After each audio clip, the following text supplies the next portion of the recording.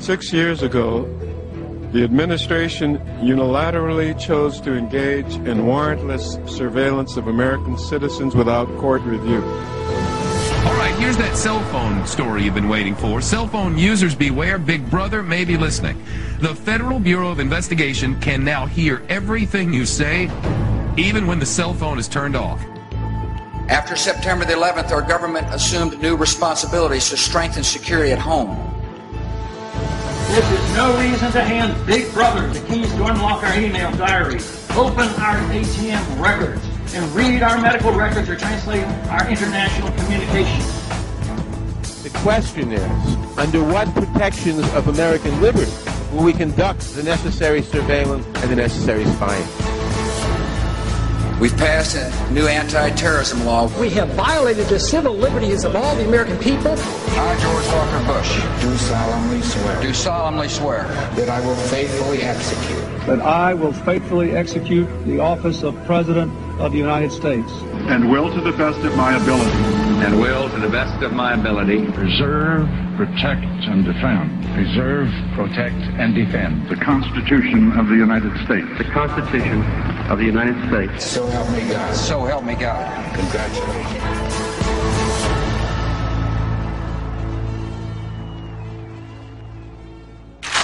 An attack on one is an attack on all. It's an illegal search and seizure when we're followed without committing a crime.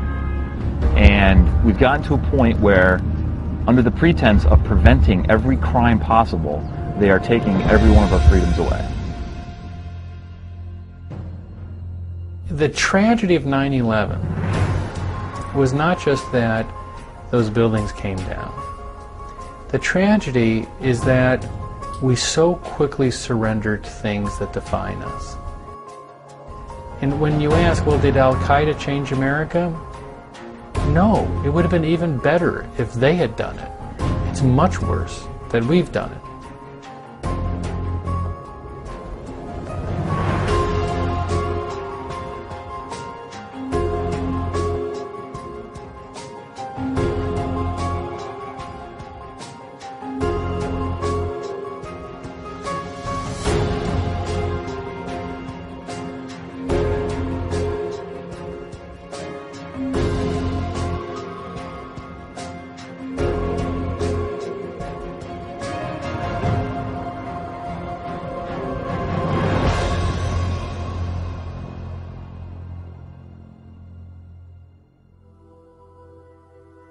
In the aftermath of 9/11, the administration scrambled to try and assert all resources possible to try and find out who was trying to kill us. Give us a weekend to read it, and let's take it up Monday morning. Hey, I'll come in and vote at 7 o'clock on Monday morning if it's that urgent. It's become common knowledge that no one in the U.S. House of Representatives read the USA Patriot Act before allowing the bill to be signed into law. What's less known about this controversial piece of legislation is who wrote it. The USA Patriot Act was authored by one man, a Mr. Viet Dinh, a self-proclaimed attendant to freedom. Mr. Dinh was born in communist-controlled Saigon, Vietnam. When he was only 7 years old, his father would be arrested and placed in a re-education camp. 8 years later, the family would be reunited in the United States, the country that they now call home. Mr. Dinh would graduate magna cum laude from Harvard University in 1990. He served as special counsel to Senator Pete Domenici for the impeachment trial of President Clinton. And in 2001, when the Patriot Act was drafted, Mr. Dinh would be the Department of Justice's head of the Office of Legal Policy, directly advising President Bush on constitutional matters pertaining to these new laws. Although the official number released from the Department of Justice put the count around 500, an estimated 5,000 people have been unconstitutionally detained by this country under provisions of the USA Patriot Act, making it legal to arrest and detain persons without the involvement of attorneys, the need for probable cause, or the filing of formal charges. How did this draconian law get passed in the first place? It's very simple. We were scared, and we were helpless. Do you believe, first of all, that they will be successful in bringing these markets back Monday? We do not have any evidence that links the anthrax case in Florida to the New York matter. Osama bin Laden may just be part of a global tentacle, that there may be many more organizations and countries involved. The USA Patriot Act encompasses 30 years of spying legislation, and not the good kind. These were laws that the Congress had declared unconstitutional for over 30 years because they violate core American principles and the Constitution. But after September 11, a helpless and frightened Congress would take the first steps in allowing Viet Dinh's USA Patriot Act to invade the lives of every single American. While it's not a crime for someone outside of Congress to author legislation, especially related to special needs, it is not proper constitutional procedure for a bill that has been hammered out with conference of both parties and in both houses to be switched in the early morning hours with a bill prepared by lawyers from the executive branch.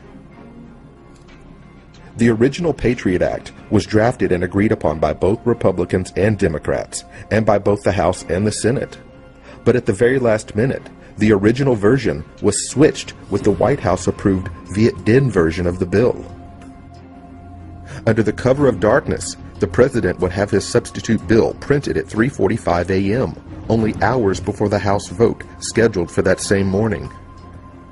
Out of 435 representatives, not one person would read the USA Patriot Act before voting in favor of this substitute bill. This is still warm. It just came off the Xerox machine. This isn't the bill that was adopted by a unanimous 36 vote majority of Democrats and Republicans of the Judiciary Committee. These are critical issues. This is what we're fighting for. These are our civil liberties.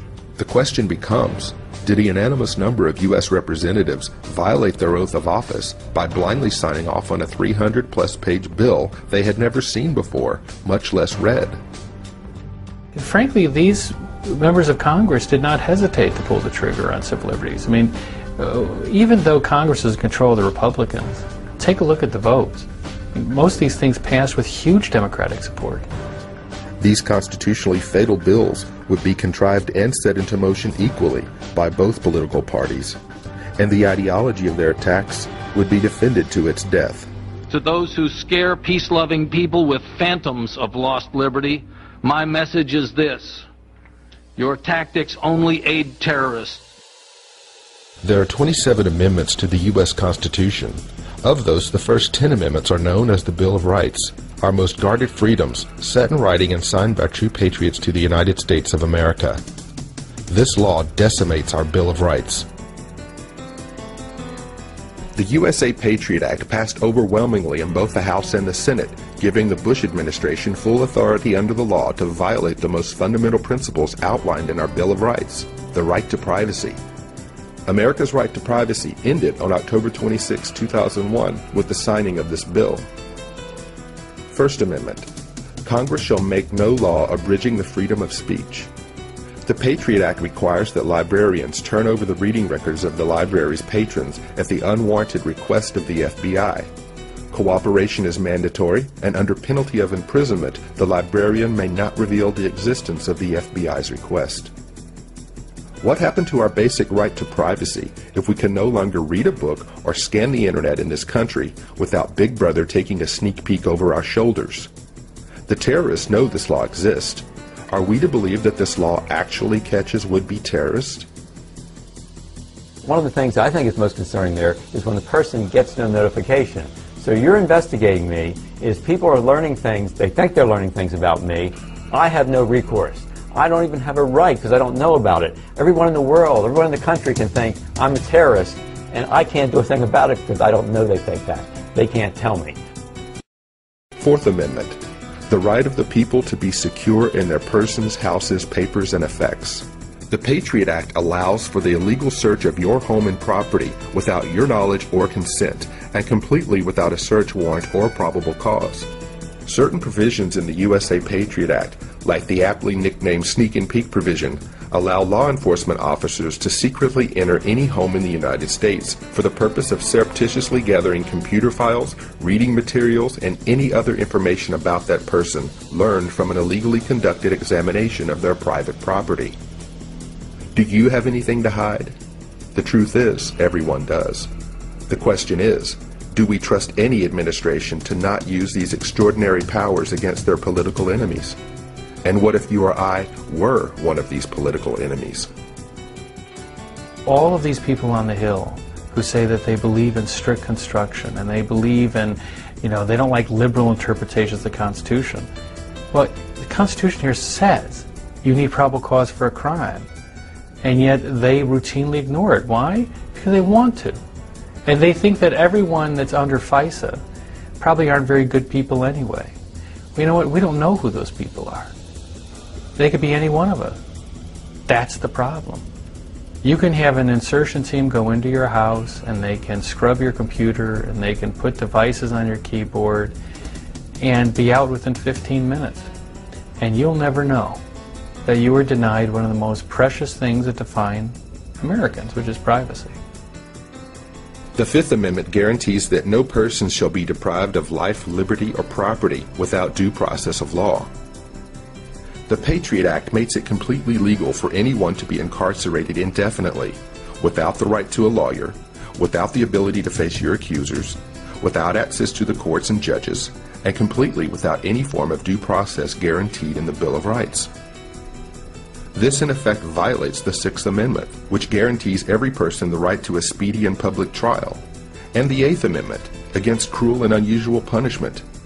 And if you can be incarcerated indefinitely, for 1 year, 2 years, 10 years, are you not being punished? Have we not also lost our 13th Amendment, which guarantees that no one shall be punished without being properly convicted first? This is Mustafa, a 23-year-old student at the University of California, Los Angeles. For now, we're going to refer to him as Mo. This is Mo. Mo was minding his own business at a UCLA library. He was approached by a community service officer and asked to show his student ID. Mo said, "No thank you." This is what happened next. Don't touch me! Don't touch me! Stand up! Stand up!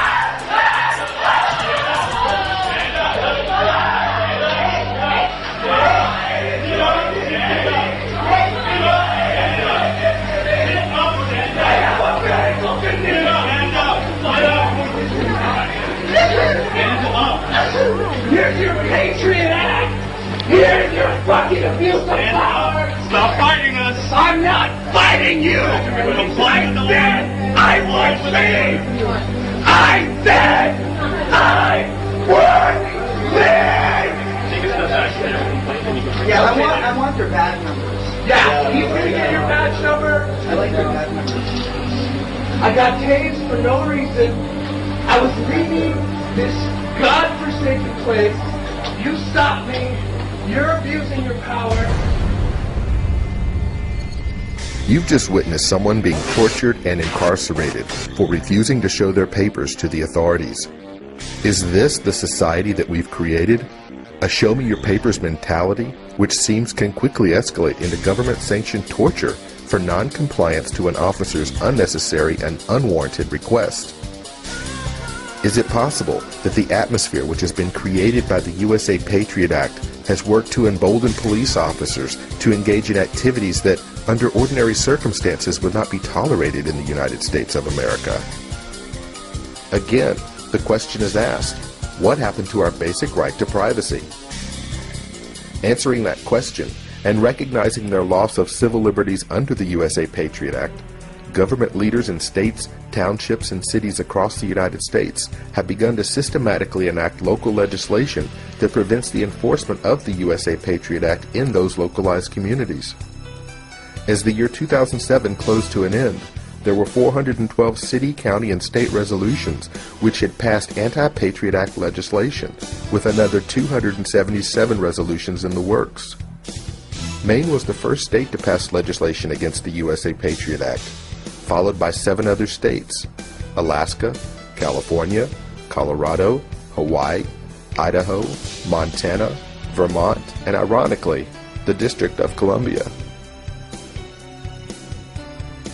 Founded in November 2001, The Bill of Rights Defense Committee helps hundreds of communities across the country participate in an ongoing national debate about civil liberties. Their mission is to promote, organize, and support national grassroots movements to restore and protect civil rights and liberties guaranteed by the Bill of Rights. The Bill of Rights Defense Committee believes that every person under U.S. jurisdiction is entitled to Bill of Rights protections. Okay, pay attention. Everyone listening to the sound of my voice, go to bordc.org. Find your state. Find your city. Contact the person in charge of Patriot Act legislation in your area and ask them how you can help. Every single person in this country must make their voice heard loud and clear. We will not tolerate laws that violate core American principles. The USA Patriot Act must go. Our fellow citizens have a better understanding of the importance of the Patriot Act and why it needs to be renewed and expanded. The importance of the Patriot Act when it comes to defending America, our liberties, and at the same time that it still protects our liberties under the Constitution. Over the summer of 2005, with open eyes and with full knowledge of the blatant disregard for the U.S. Constitution, both the House and the Senate voted to extend the USA Patriot Act, broaden its scope, and make most of its provisions permanent. This legislation is essential not only to pursuing and punishing terrorists, but also preventing more atrocities in the hands of the evil ones. It only took 262 Republicans and 77 Democrats to kill the U.S. Bill of Rights.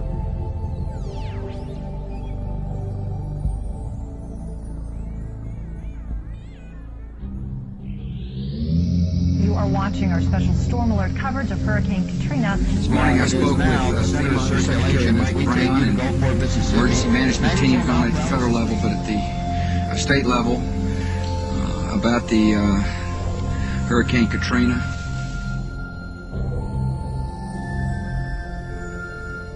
No one will be able to be armed. We will take all weapons. No one will be able to be armed. We will take all weapons.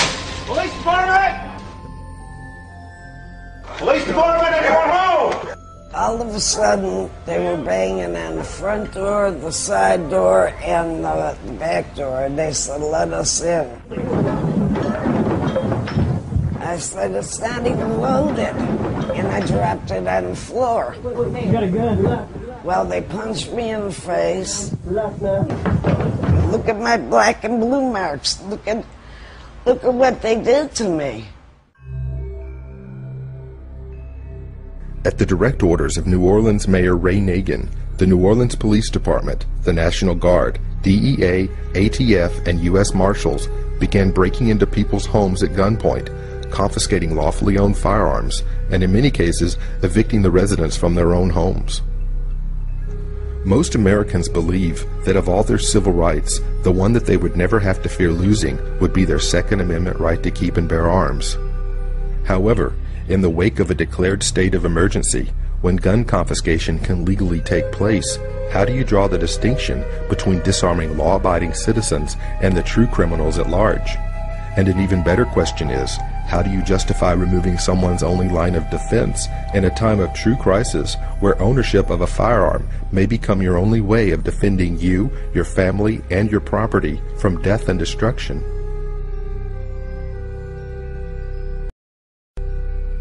Over 10,000 people chose to remain in New Orleans after Hurricane Katrina struck. Their choice to stay was due primarily to the fact that large sections of the city were never completely flooded or never flooded at all. Not to mention that many of these people were born in Louisiana. These were their family homes. People with food, water, and the ability to sustain themselves chose to remain in their homes until the crisis had subsided. But for those people, the real crisis would come from their own government. And if you think that these violations of civil liberties in the United States were illegal, think again. Executive Order 10990 allows the government to take over all modes of transportation and control the highways and seaports. 10995 allows the government to seize and control the communications media. 10997 allows the government to take over all electrical power, gas, petroleum, fuels, and minerals. 10998 allows the government to seize all means of transportation, including personal cars, trucks, or vehicles of any kind. 10999 allows the government to take over all food resources and farms. Executive Order 11,000 allows the government to mobilize civilians into work brigades under government supervision. 11,001 allows the government to take over all health, education, and welfare functions.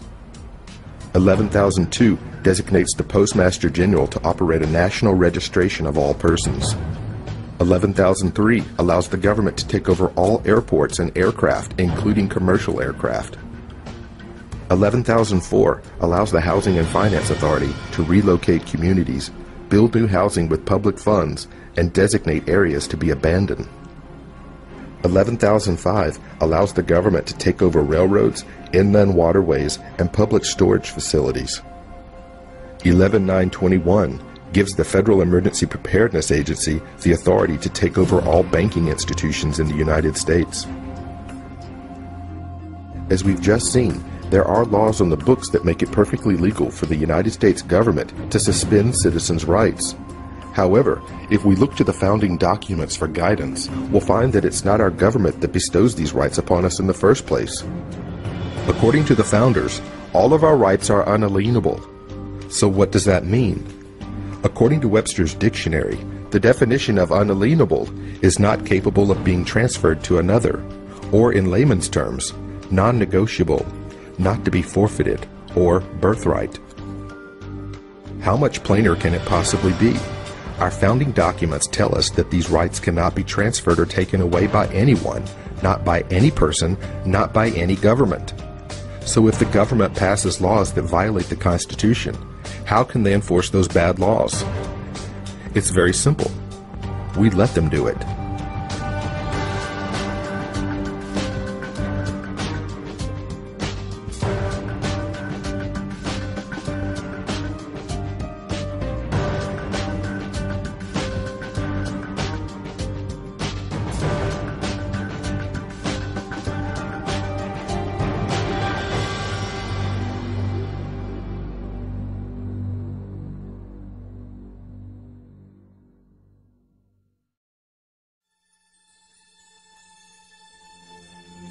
Gun confiscation wasn't the only violation of civil liberties inflicted upon the residents of New Orleans in the wake of Hurricane Katrina. One of the last escape routes from the city was this bridge, leading from New Orleans to the city of Gretna. Hundreds, if not thousands of displaced residents were instructed by National Guard forces to cross this bridge where buses were waiting to take them to safety. But Gretna Police Chief Arthur S. Lawson, Jr. had other plans for escaping victims. Shoot at them. Yes, you heard correctly. Police Chief Lawson made the decision to set up a human blockade of armed officers to turn back fleeing refugees by firing warning shots into or near the escaping crowd, causing them to scatter and flee back into the city from which they were trying to escape. So first they take your guns, then they start shooting at you. Would it make any difference to you to know that the majority of people trying to cross the Gretna Bridge were African Americans? No justice! No peace! Get the police off my street! One more time, no justice! No peace! Get the police off my street! No justice! No peace! Get the police off my street! No peace! Get the police off my street! Another potential violation of the Constitution in the Katrina matter is the stationing of active U.S. troops throughout the city of New Orleans. Many people may be surprised to find out that it's illegal for U.S. troops to work in collaboration with state, city, and local police departments to enforce domestic laws. This law, known as the Posse Comitatus Act, was passed on June 16, 1878, and was designed to prohibit federal military personnel and units from the United States National Guard under federal authority from acting in a law enforcement capacity within the United States, except where expressly authorized by the U.S. Congress. But that didn't stop President Bush from passing the John Warner National Defense Authorization Act for fiscal year 2007. Slipped in at the last minute, this piece of legislation kills Posse Comitatus in the United States. Are you ready to see military tanks and troops on street corners of American cities? The law also facilitates militarized police roundups and detention of protesters. It also permits for the detention of so-called illegal aliens, potential terrorists, and other undesirables in facilities already contracted for and under construction by Halliburton.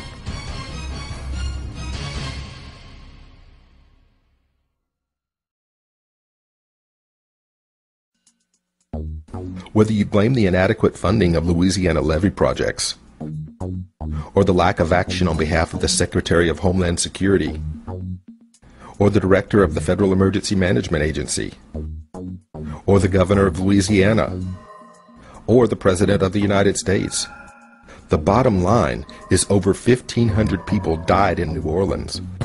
The civil liberties of all the citizens of a major metropolitan city were trampled upon by restricting their movement and confiscating their lawfully owned firearms. And thanks to the John Warner Act, the President of the United States now holds solely in his hands the power to put U.S. troops in U.S. cities for any reason he deems as a public emergency, and for the express purpose of suppressing public disorder. And speaking to the topic of suppressing public disorder, clergy response teams were employed in the aftermath of the New Orleans disaster. The first directive that these pastors were mandated to preach to their congregations was a passage from Christian scriptures, Romans 13. This is the same passage that German pastors preached to their congregations to subdue potential uprisings at the beginning of World War II. Romans 13 states, "Everyone must submit himself to the governing authorities, for there is no authority except that which God has established."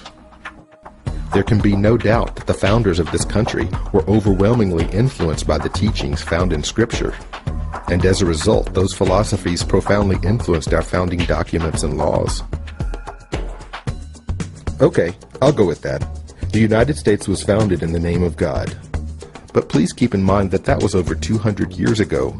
The shape of the U.S. political system has been manipulated to serve corporate needs and corporate interest over the will of the people. I seriously doubt that a man who calls the U.S. Constitution a goddamn piece of paper has our best interest in mind.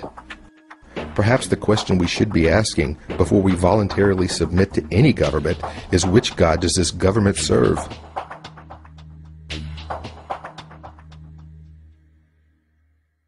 The right to bear arms, to believe your religion or to not believe any religion at all, to say what you want, these rights get people fired up, no matter what side of the debate they're on.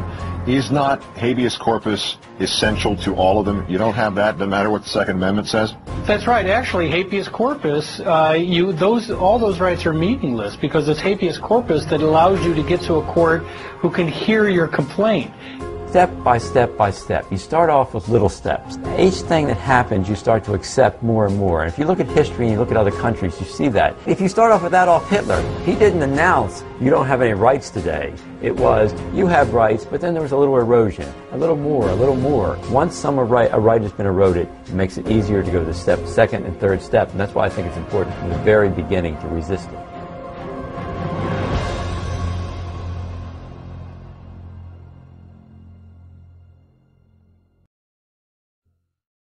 September the 11th for them was a bad day. For us, it was a change of attitude. The Military Commissions Act of 2006 is one of the most important pieces of legislation in the war on terror. Habeas corpus, it is the last line of defense against arbitrary executive power. The framers created a system where we did not have to rely on the good graces or good mood of the president. Military Commissions Act. It would perpetuate the indefinite detention of hundreds of individuals against whom the government has brought no charges and present no evidence without any recourse to justice whatsoever. It does violence to the Constitution. What the Congress did and what the President signed today essentially revokes over 200 years of American principles and values. Does this mean that under this law, ultimately the only thing keeping you, I, or the viewer out of Gitmo is the sanity and honesty of the President of the United States? It does. The Congress just gave the President despotic powers. And you could hear the yawn across the country as people turned to, Dancing with the Stars. I mean, it's otherworldly. The bill I signed today helps secure this country. This can go on indefinitely, and it's a self-proclaimed emergency. It's a self-proclaimed emergency. The point here is you've heard it repeatedly from administration officials that we cannot predict how long it will go. On October 17, 2006, President Bush signed into law the Military Commissions Act of 2006. By doing so, our representatives in Washington have committed the most shocking and openly malevolent act of giving the President of the United States true dictatorial ruling powers, and by stripping Americans of their constitutionally guaranteed right of habeas corpus. All that is necessary for someone to go to prison without any recourse to justice whatsoever is for the President of the United States to declare that person an enemy combatant. The President can label that person as either a legal enemy combatant or an illegal enemy combatant, assigning titles to Americans that presuppose their guilt and, by default, deny those people their basic right to habeas corpus.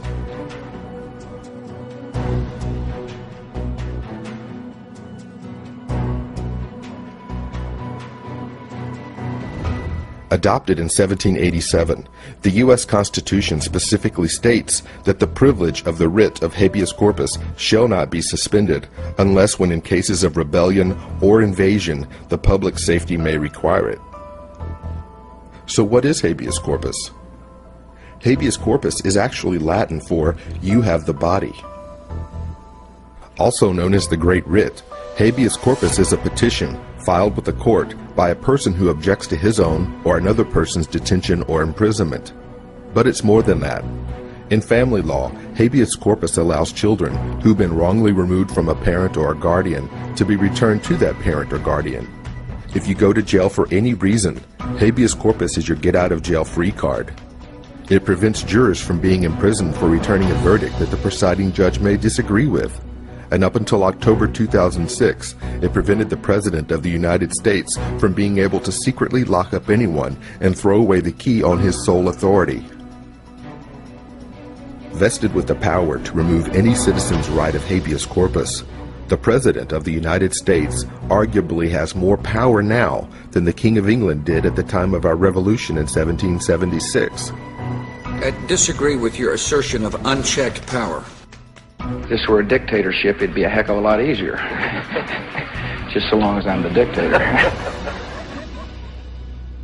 Well, when the president does it, that means that it is not illegal. No one, no president, should ever be given the power to call someone an enemy combatant, make a phone call, and have that person locked up until further notice. So what gave the president the notion that he could do this in the first place? On the authority of one man, Attorney General Alberto Gonzales, the President of the United States twists words and redefines them to his own executive benefit. Everyone remembers how President Bill Clinton attempted to redefine the word sex in order to hide his extramarital affair with Monica Lewinsky. While my answers were legally accurate, I did not volunteer information. President George W. Bush, on the other hand, would take the redefining of words to a whole new level.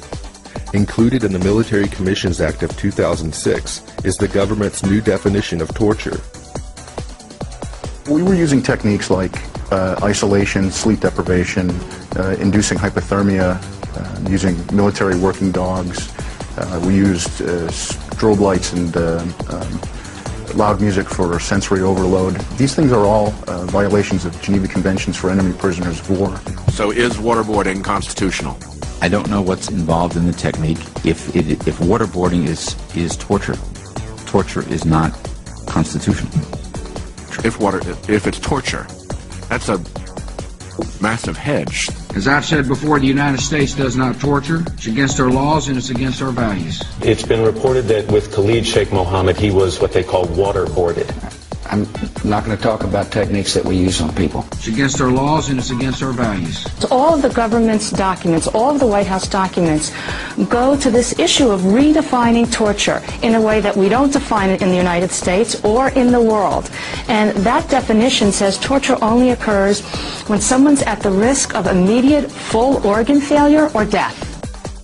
Our defining moment came in 1787 when we defined ourselves in a constitutional document that committed us to the rule of law.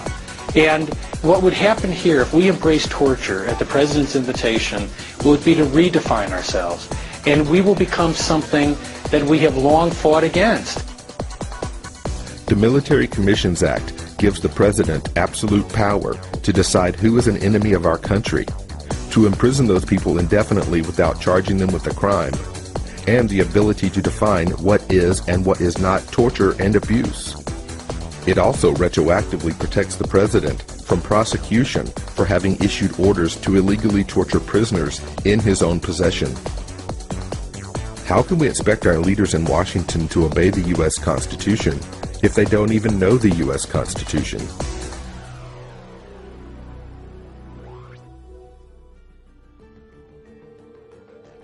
On January 8, 2007, during a Senate Judiciary Committee hearing, Attorney General Alberto Gonzales, when questioned by Senator Arlen Specter, made this self-revealing comment about the U.S. Constitution. The fact that the Constitution, again, there's no express grant of habeas in the Constitution. There's a prohibition against taking it away.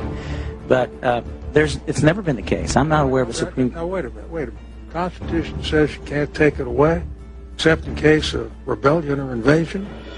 Doesn't that mean you have the right of habeas corpus unless there's an invasion or rebellion? I meant by that comment, the Constitution doesn't say every individual in the United States or every citizen is hereby granted or assured the right to habeas. It doesn't say that. It simply says the right of habeas corpus shall not be suspended except by... You may be treading on your interdiction and violating common sense. 11 U.S. senators sitting on the Judiciary Committee voted in favor of the Habeas Corpus Restoration Act of 2007. 10 of them Democrats, including Chairman Pat Leahy, joined by the committee's ranking Republican Arlen Specter. In a stunning political move, an American presidential candidate, Sam Brownback of Kansas, actually joined 7 other Republican senators in voting against habeas corpus. Okay, it's your turn again. Want to see habeas corpus restored to the U.S. Constitution? Go to www.senate.gov. Click the Senators button. Find your state, and presto, you're on your way to contacting your senator. Make sure to tell them, if they vote down habeas corpus, they're fired.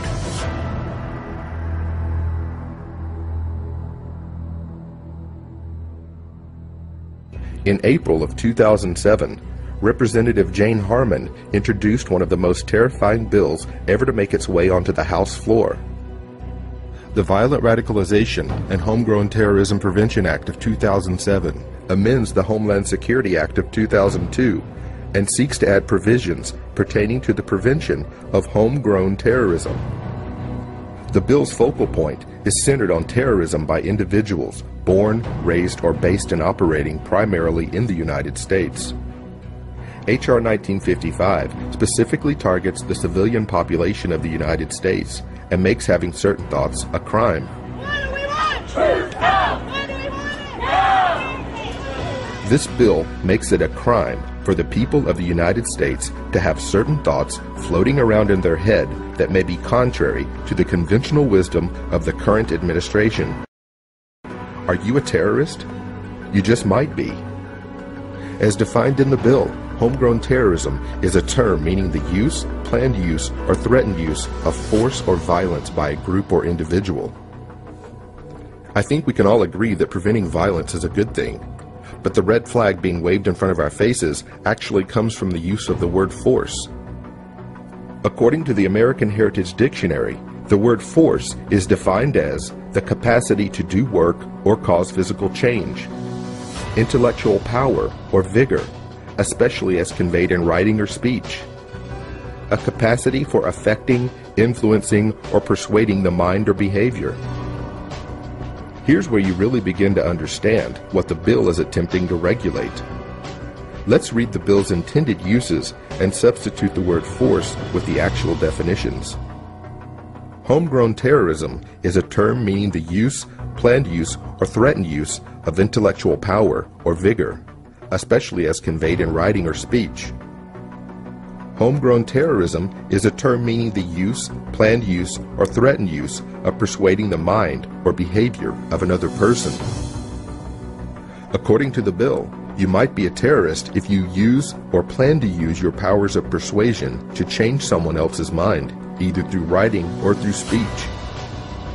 Can anyone say 1984? This bill makes anyone into a terrorist for simply aspiring to affect political, religious, or social change. Anyone attempting to think, teach, or promote concepts that challenge conventional thinking or popular wisdom would be labeled and dealt with as criminals. My question for our legislators is who gets to decide what's a thought crime? Will the definition of thought crimes change from administration to administration? Will the people of this country be sentenced to death or merely imprisoned for questioning the conduct of their leaders in Washington? If signed into law, this piece of legislation will single-handedly strip Americans of the most essential birthright that we have, the freedom of conscious thought. The very foundation upon which our First Amendment is grounded is being uprooted at the core. H.R. 1955 sets the stage for the outlawing of protest of any kind in the United States and seeks to criminalize the very conception of thought itself. Any piece of legislation that seeks to invade and regulate the thoughts of the people of the United States needs to be booted out the front door of the Capitol building along with the person who introduced it. If you agree that your brain belongs to you, please join us in contacting the House of Representatives and voicing your opinion. Go to www.house.gov. Just enter your zip code and click Go to find your representative. Make sure to tell them that you oppose H.R. 1955, and the next time you see Representative Jane Harman, please tell her she's fired.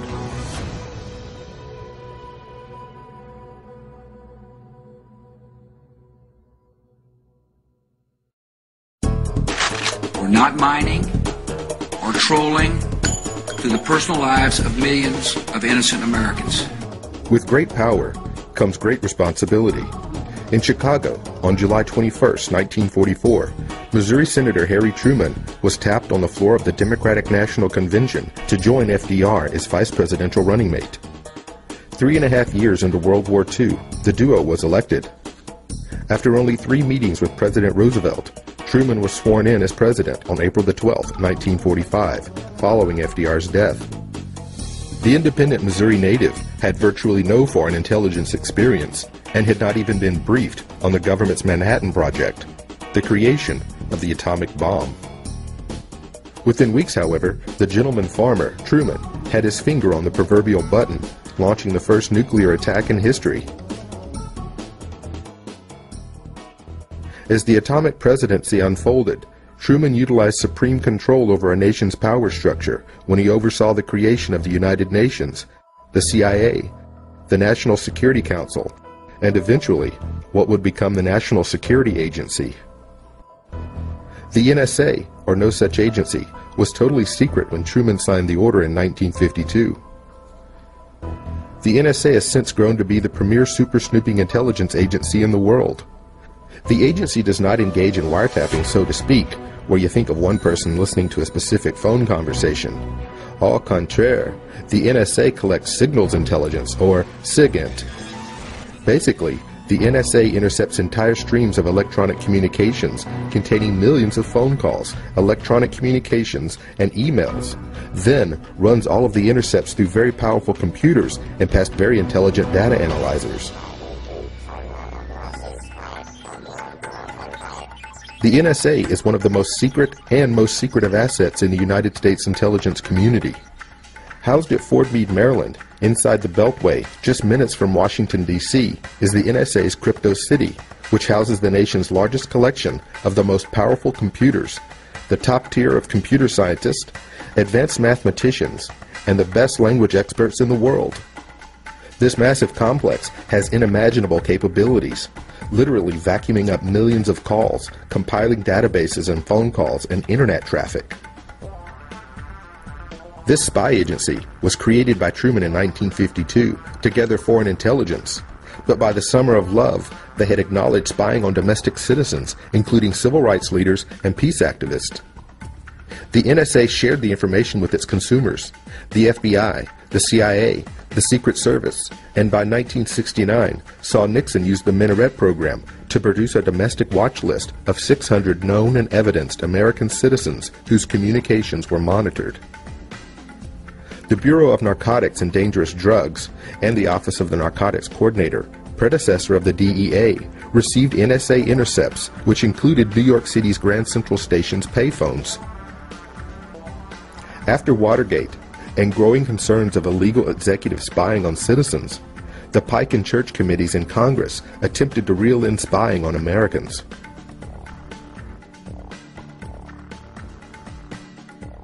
Senator Frank Church of Idaho held executive hearings over the late summer and fall of 1975, and then held public hearings beginning October the 29th with the first ever public testimony by an NSA director.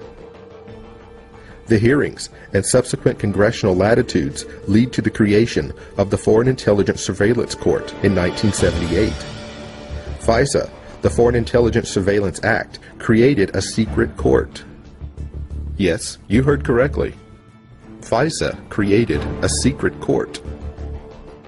The Foreign Intelligence Surveillance Court is a court that meets on the top floor of the Justice Department building. Its rulings are rarely published, and only the government has the right to petition these secret court proceedings.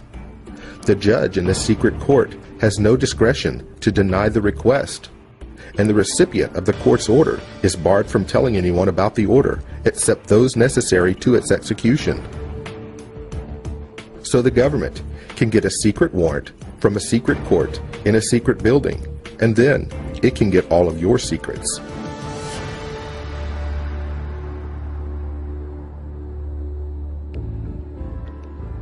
Although the information is entirely secret, intelligence experts put the NSA on par with a Fortune 500 company. The government won't divulge NSA employee numbers, but estimates are more than 38,000 worldwide now work for the agency. The LA Times recently reported $43.5 billion is spent on the nation's intelligence. In keeping with requirements, Mike McConnell, the Director of National Intelligence, released intelligence spending figures. The figure represents spending on an array of intelligence activities, but the CIA and two other agencies account for the bulk of the budget. Those two agencies are the National Security Agency, which eavesdrops on phone calls and intercepts emails around the world, and the National Reconnaissance Office, which builds spy satellites. According to intelligence experts, these two agencies may account for as much as $10 billion each of the total spy budget. What would the NSA rank on Forbes? Just about on the same level as, say, an AT&T or perhaps a Verizon. You see, the NSA and one of its intelligence consumers, the FBI, have teamed up with these two major telecommunications corporations to spy on American citizens. There is strong evidence and compelling witness testimony that this is happening right now. The evidence is so strong, this matter is currently being litigated in the federal appellate courts. The fight is likely to end up before the nation's highest court.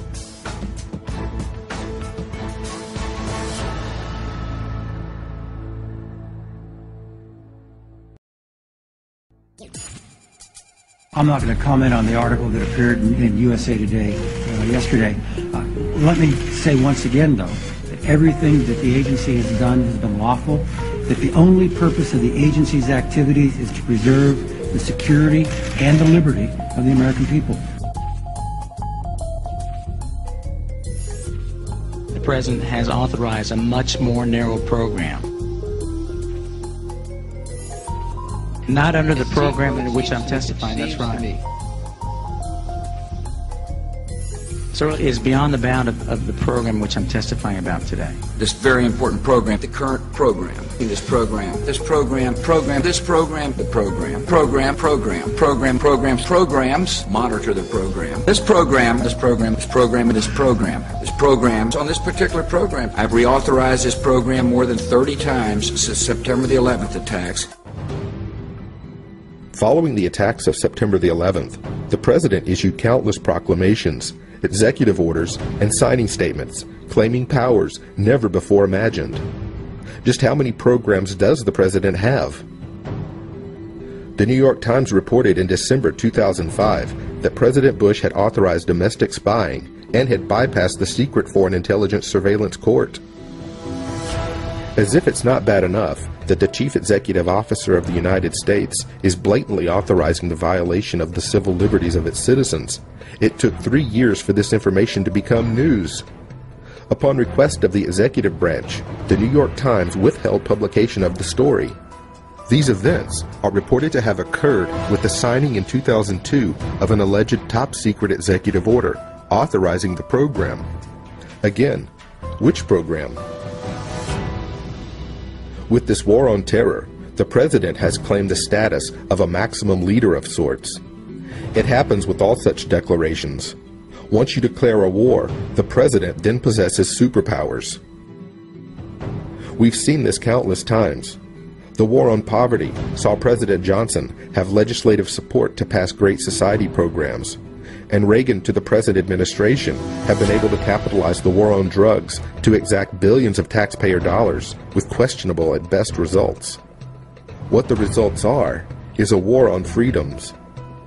Even in today's times, we see constitutional guarantees of privacy being attacked by our very own government. We're not mining or trolling through the personal lives of millions of innocent Americans. The privacy of ordinary Americans is fiercely protected in all our activities.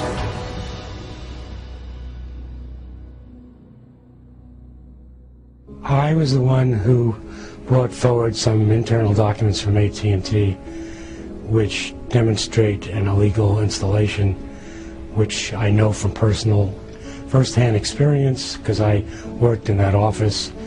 An installation that was installed at the behest of the National Security Agency, and its purpose was to tap into the prime internet cable track communications in San Francisco. And so they're basically tapping into the entire internet. To perform what they say they want to do, which is look at international traffic, none of this makes any sense.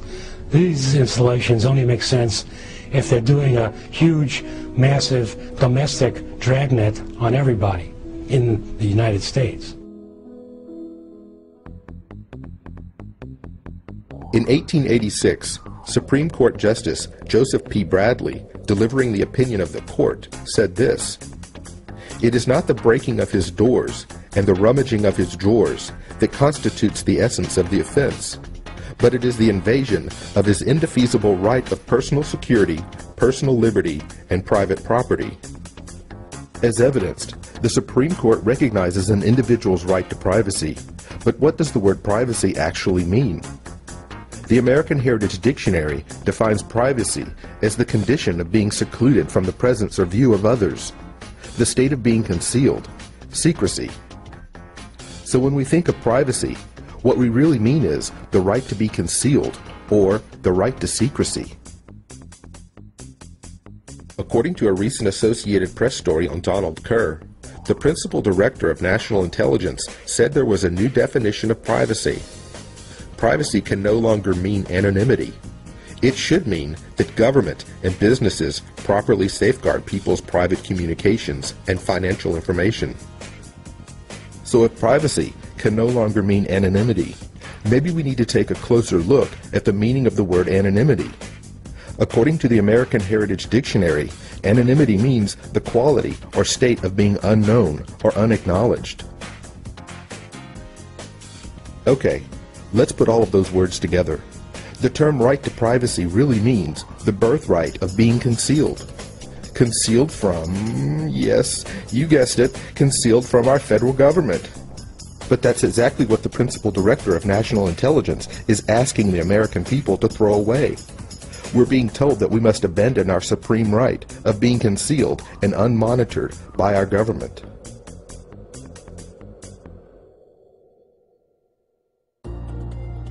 If tapping into major telecommunications hubs and siphoning off the daily conversations of millions of Americans wasn't bad enough, think back to just right after September the 11th.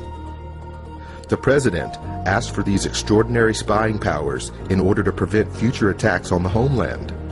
But what we didn't know then is that the Bush administration had already begun spying on Americans 7 months prior to the September 11th attacks.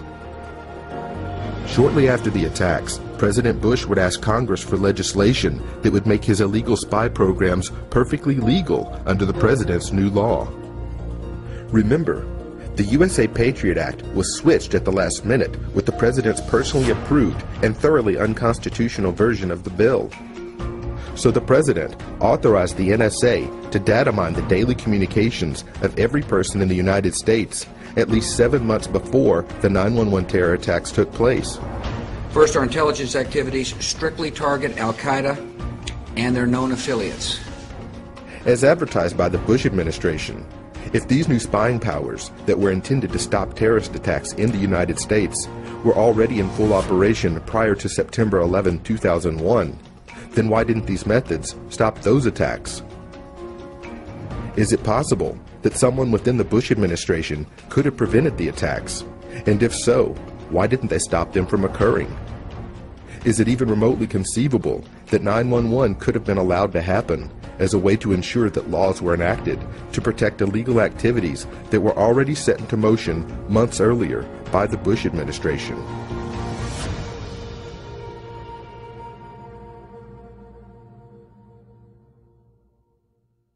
I have never, ever seen a Congress that seems so out of touch with its voters on both sides.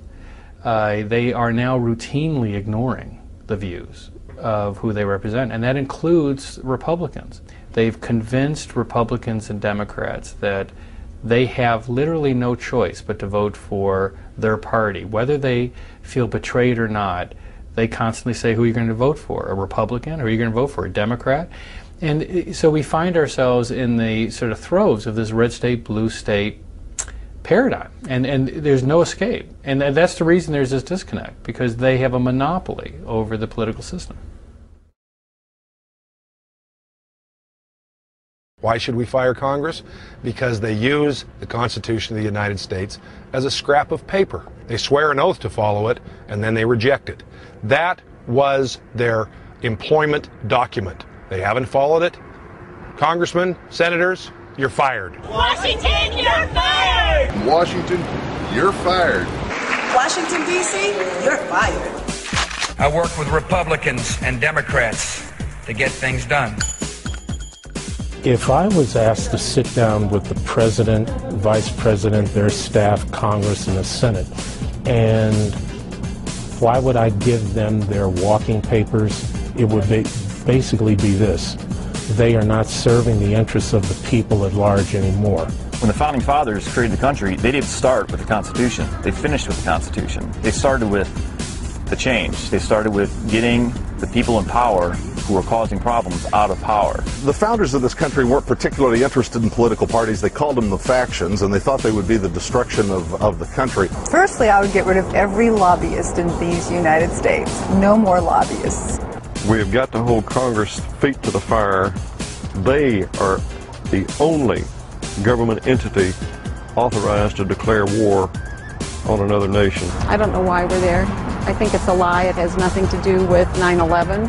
I think our government needs one big enema from the top to the bottom. A lot of people in this country are under the false impression that we have two political parties. Well, there is very little difference between the Democrats and Republicans. These Democrats that were elected last night are conservative Democrats. Republican impersonations. What's an Arnold Republican? Well, it's basically being fiscally conservative, being socially moderate, and being environmentally progressive. I've been telling you that I believe people cast their vote for something, not against it. Evangelical Christians turned out in droves, driven in part by a desire to support a flurry of constitutional amendments banning same-sex marriage. Healthcare, border security, national security, and the economy, on the war in Iraq, abortion. I see Democrats attacking Republicans for their weird sex life.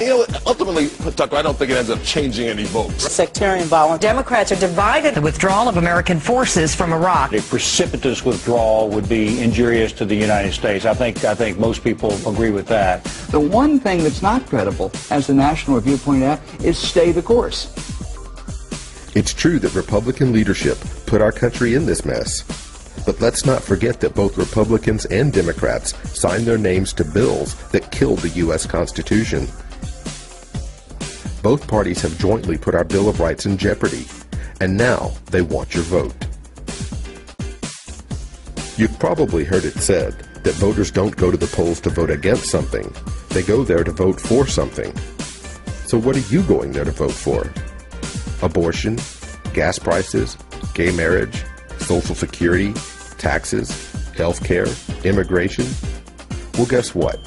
The people of this country have a decision to make, and let me just lay it out for you. We no longer have the luxury of bringing our social issues with us into the voting booths. Whether you're a man or a woman, gay or straight, conservative, liberal, or otherwise, from this point forward, when you go to the ballot box to cast your vote, you'll either be voting for freedom or against it. It's that simple. Our social issues in this country have been completely overshadowed by an increasingly tyrannical ideology growing from within our own political system. This infection began with the Republicans, but our problem stems from the fact that it didn't end with our Democrats. If we hope to rescue our republic, all of our attention, all of our efforts must be concentrated on repairing the damage done to our Constitution over the past decade. If you can find a Democrat or a Republican who can do that, then by all means, I encourage you to vote for them. Americans have been led to believe that they only have two choices, to vote for a Republican or to vote for a Democrat. Any deviation is met with certain claims of wasting your vote. Well, let me ask you a question. If voting for a Republican or a Democrat yields the same disastrous blow to the U.S. Bill of Rights, aren't you wasting your vote anyway?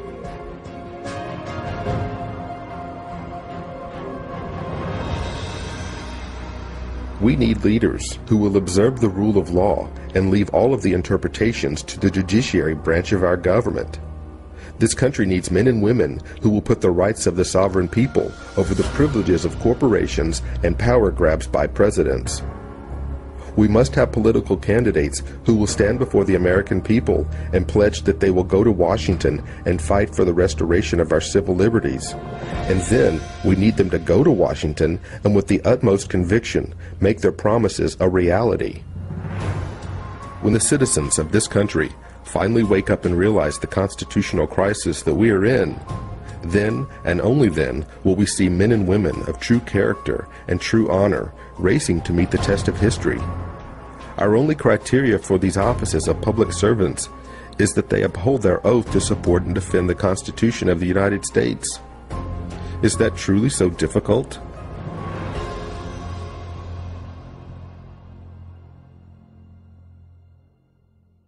Run for office. We live in a representative government. Attorneys do not represent us. Big businessmen do not represent the people. The people represent the people. Construction workers represent the people. Small businesses, mom and pop stores, those represent the people. If you don't think you're qualified, are you one of the people? If you're the people, you can represent the people. Our elected officials are not representative of us. I don't want to see elected officials in suits and ties who know somebody who can get them tickets to the Redskins game. I want an elected official who is my neighbor. I want people in government who are making decisions as a job, in addition to the fact that they're a citizen in their neighborhood. They volunteer in their communities. They are they're friends and family. That's who you should be elected to Congress, not professional politicians. I also volunteer for Ed Perlmutter, who is running for Congress from my district.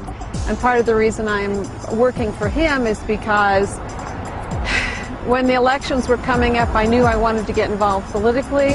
I don't see the future establishment of common sense in this country being the result of the creation of a third party or any of the existing parties. I think really, and rather, that the solution has to be people separating themselves from their blind loyalty to their party and beginning to be more responsive to their own conscience as individuals, rather than what's good for the party, what's good for the tribe, what's good for the race, becoming answerable to what is true, what is right, and what is just. 70% of this population is opposed to the war in Iraq, and at the same time, we've got someone who's literally declared himself a dictator. He said, "I am the decider," which isn't necessarily a word, but it's a position. Americans are refusing to give terrorists the power. What are we going to do in order to bring back the Constitution of the United States? There are some very good historical figures that have told us what to do. The main one is Samuel Adams, and that is that it does not take a majority to prevail, but an irate, vocal minority intent upon setting brush fires in the minds of men. If we can do this, we can take back our Constitution. Everybody has to come to Washington and visit the Congress people. They will listen if we come in numbers. I don't support a revolution, but I do support the idea of civilians, especially in D.C., where they don't even have a representative in Congress, marching into Washington and occupying the Capitol. I mean, and just taking back, literally taking back, you know, the Capitol. We need to get out on the streets and by the millions. And we need to have more than just a Camp Democracy or a million-person march. We need a multi-million-person march like we're seeing in some of the other countries where the people come out by the hundreds of thousands day after day after day after day. The findings of the International Commission of Inquiry on crimes against humanity committed by the Bush administration of the United States. How dare we torture and murder? How dare we have secret prisons? How dare we hold people indefinitely? How dare we do these acts in the name of freedom? It doesn't do any good for you to stand up there unless the cameras see you. Because if they don't, you're just a little voice in the back of the room. And what you want is C-SPAN or any of the other cameras to get you on that camera. And then you've got to have like a 15-second blurb of what you want to tell on behalf of the people of America that you're telling to that Senate committee or that House committee. You'll have about 15 seconds before one of the police officers in the room comes over to you, and actually they don't run. They give protesters plenty of time because it's almost like they want to hear what you have to say. And sometimes you run out of things to say. The first time I did it, it was like, oh God, where's the policeman? I need him now because I've run out. I've run out of things to say. Everyone must come to Washington. And whatever you do, don't run out of things to say. Washington, you're fired! The Democrats took back the House in 2006. We have taken impeachment off the table. Americans were expecting a change in Washington, but they didn't get one. And now it's time to demand change. You can do that. We can do that. Whatever your cause, whatever your issues may be, there is a place for you in our political system. I'm going to say this very slowly. Run for office. I'm Joshua Hansen. I'm 26 and I'm running for Congress in District 3 of Nevada. I got into all this craziness because I love my country and someone's got to do something about it. Are you one of those people who can do something about it?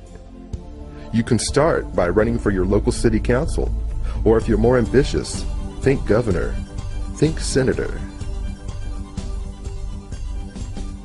And for those with a particular disdain for the life of a politician, my suggestion to you is find local groups and national organizations that you feel comfortable associating with.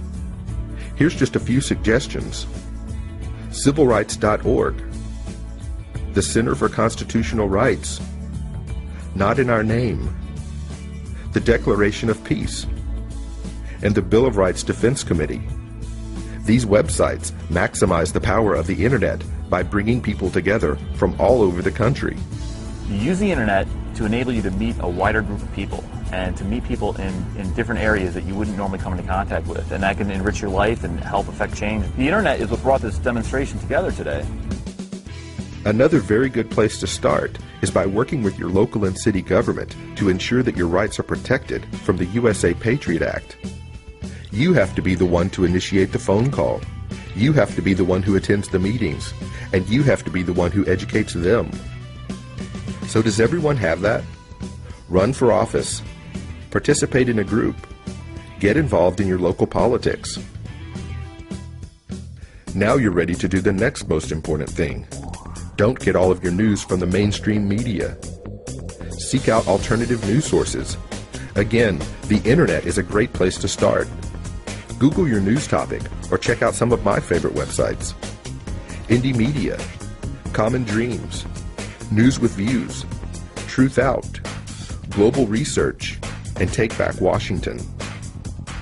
And if you like to get your news from the television, consider streaming video over the internet instead. You can start with Out There TV. And for those who prefer streaming internet radio, please consider Maria Heller or Charles Goyette. There's literally thousands of internet news sites, radio stations, and video news streams. These examples are only a few suggestions. Your goal is to break free from the mainstream press. Once you begin a steady daily regimen of the truth, you'll be far better prepared to choose your public servants in any election. Recycle the criminals over and over and over again, passing the same laws that are detrimental to the American people and the American way of life. In my opinion, they should all be tried for treason. They should all be sitting in prison somewhere. Let us not forget, everyone in this country must be encouraged to vote their principles. There can be no doubt that health care and abortion and marriage rights are central to the concerns of many Americans. And yes, these are some of the most important issues of our generation. But if you let them guide your path at the voting booth, it could well damn this country to something that even George Orwell couldn't have imagined. You've only seen this in the movies or on TV. A cruel dictator ruling a country with an iron fist. Police checkpoints and random searches. Your papers, please. Here's a cold hard fact for everyone. Quietly being phased in over the next several years, eventually, everyone in the United States will be required to carry a national ID card. Yep, that's you and me. For the first time, every American will be required to carry papers in order to travel. Without the card, you will not be able to cross state lines, board an airplane, or enter a federal building. You'll also need the card to open a bank account or apply for any government-funded programs, including Social Security, Medicare, and Medicaid. In 1958, Supreme Court Justice William O. Douglas wrote that the federal government may not restrict the right to travel without due process. The right to travel is a part of the liberty of which a citizen cannot be deprived without due process of law under the Fifth Amendment. But here we go again with another piece of legislation that is in absolute conflict with the Privileges and Immunities Clause of the United States Constitution. So now, you won't be able to travel in the United States unless you're willing to submit to police checkpoints and armed guards.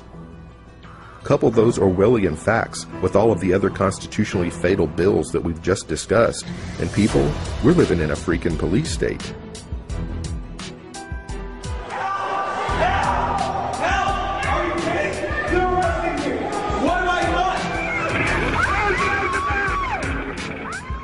All of the lawlessness of Washington aside, if you pass bills that render the U.S. Constitution a worthless piece of paper, then your place is not in Washington, D.C.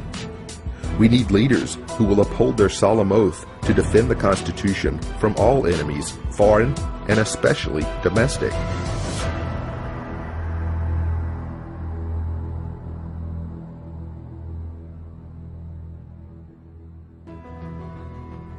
Fear is a wonderful thing to a politician, because when people are afraid of someone else, then they're not thinking about electing anyone else. They're creating wars and creating conflict in order to create contracts for the businesses who have interest in the government, and vice versa. So they're laundering our money and we're letting them do it. The troops stationed in 150 countries around the world are not protecting the American people. They're protecting the financial interests of multinational corporations and banks. We can do peace as well as we can do war. We need to get away. We need to be done with it. George Bush has dragged this flag through the sewer too many times. Justice must prevail, and treason must be punished. Clear examples for future administrations must be set now. Our Constitution does not allow you to spy on us, collect our weapons, and round up Americans on the word of any one man alone. The sovereign people of the United States must take back their Constitution now, or it will be forever lost. The free and unmonitored expression of ideas on the internet and in our homes must be protected at all cost. We must restore habeas corpus and posse comitatus. We must repeal the USA Patriot Act. We must mean it when we tell the world that we do not torture, and we must punish the guilty who have mutilated our Constitution, no matter which office they may hide behind. Washington, for the death of my comrades in arms, for the lies that you told this country, for your negligence in Katrina, for your wastefulness in spending, for the lack of jobs that are in this country right now, you're fired.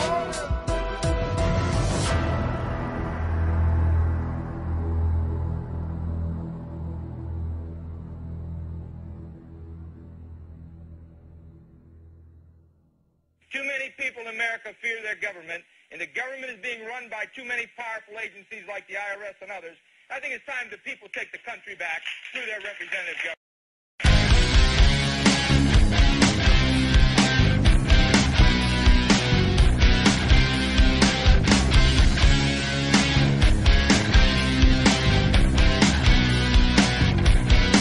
Hey, Mr. Politician, living on that hill, living in that life of luxury, on we the people's bill. Don't have a clue how the other half lives, and that is a shame. It's time to stop the tyranny. You keep pushing through your bills, calling for revolution.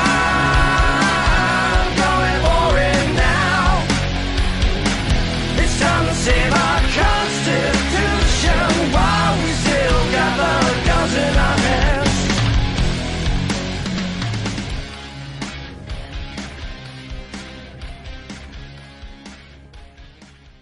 You want to talk about war crimes? This guy knows all about war crimes.